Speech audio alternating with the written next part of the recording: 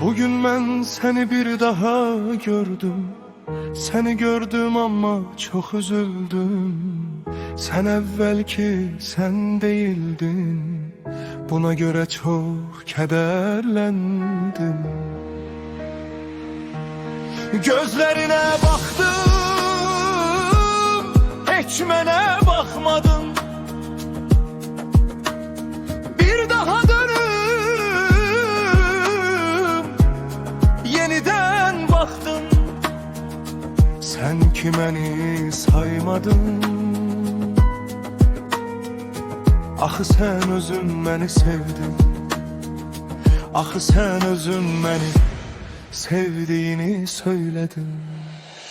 Mən də sənə qarşılıqlı sevgimi bəyan etdim. İndi o xatirələri mənə yenidən xatırladırsan. İndi o anları mənə yenidən yaşadırsan. Sən hər gün məni bax bu cür ağladırsan. Ağlayıb hər gün yalvarmağın daha nə mənası var? Mənim ki ürəyimdə hər gün bu intizar. Sevinməyimə qoymur ki ixtiyar. Mənim səndə sevgi dolu könlüm var gülüm. Etmə mənə zülüm, zülmünə də necə dözüm? Xoş olardı mənə adi ölüm. Söylə, söylə indi mən nə edim? Söylə indi mən səni necə unuda bilim? Mən səni bütün ruhumla sevdim. Mən sənə saf qəlbimlə dəyər verdim. Sən niyə belə etdin?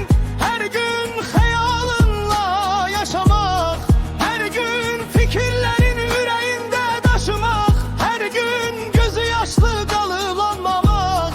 Mən necə olmuşam belə axmaq? Mən səni sevirəm, gözümün nuru. Mən səni sevirəm, dərdimə məlhəm ol. Nə olar? Mənim könlüm səndə, özgəsində yoxdur. Biraz qəlbində insaf olsa nə olar?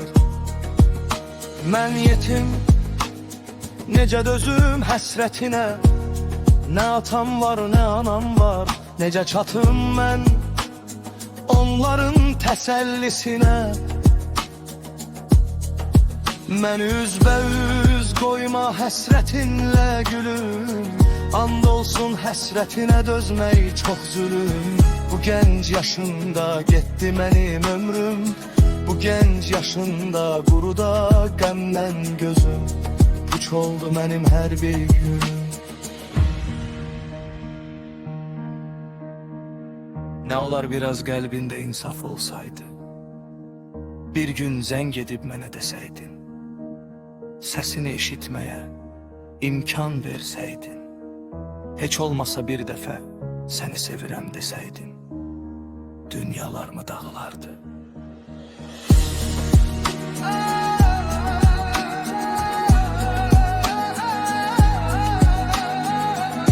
Hər gün istirab içində Tanrıya yalvarmaqdan başqa heç nə edə bilmirəm. Dərdlərimlə, acılarımla qalmışam baş-başa. Qoxunu hiss etmək istəyirəm. İmkan vermirsən. Bil ki, bütün bunlara rəğmən mən yenə də səni sevirəm və sevəcəyəm də. Son ölüm olsa belə